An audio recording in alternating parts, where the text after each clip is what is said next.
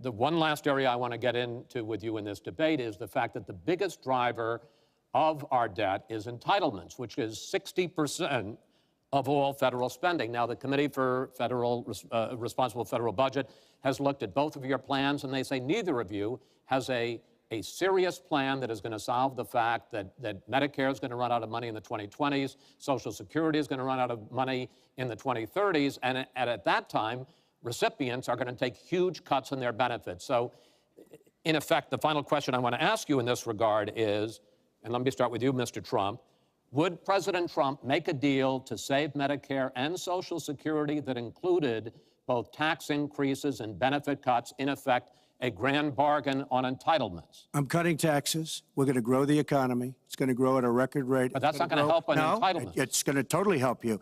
And one thing we have to do, repeal and replace the disaster known as Obamacare. It's destroying our country. It's destroying our businesses, our small business, and our big businesses.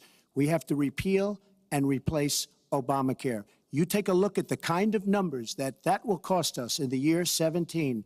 It is a disaster if we don't repeal and replace. Now, it's probably going to die of its own weight, but Obamacare has to go. The premiums are going up 60, 70, 80%. Next year, they're going to go up over 100%. And I'm really glad that the premiums have started. At least the people see what's happening, because she wants to keep Obamacare and she wants to make it even worse. And it can't get any worse. Bad health care at the most expensive price. We have to repeal and replace Obamacare. And Secretary Clinton, same question, because at this point, Social Security and Medicare are going to run out. The trust funds are going to run out of money.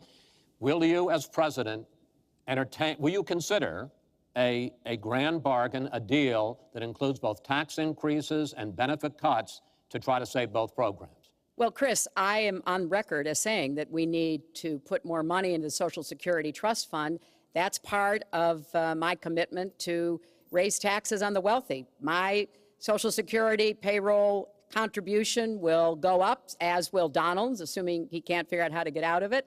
But what we want to do is to replenish the Social Security Trust Fund by making sure that we have sufficient resources. And that will come from either raising the cap and or finding other ways to get more money into it. I will not cut benefits. I want to enhance benefits for low-income workers and for women who have been disadvantaged by the current Social Security system. But what Donald is proposing with these massive tax cuts will result in a $20 trillion additional national debt. That will have dire consequences for Social Security and Medicare. And I'll say something about the Affordable Care Act, which he wants to repeal. The Affordable Care Act extended the solvency of the Medicare Trust Fund. So if he repeals it, our Medicare problem gets worse. What we need to do is go after the long-term health care drivers. We've got to get costs down, increase value, emphasize wellness.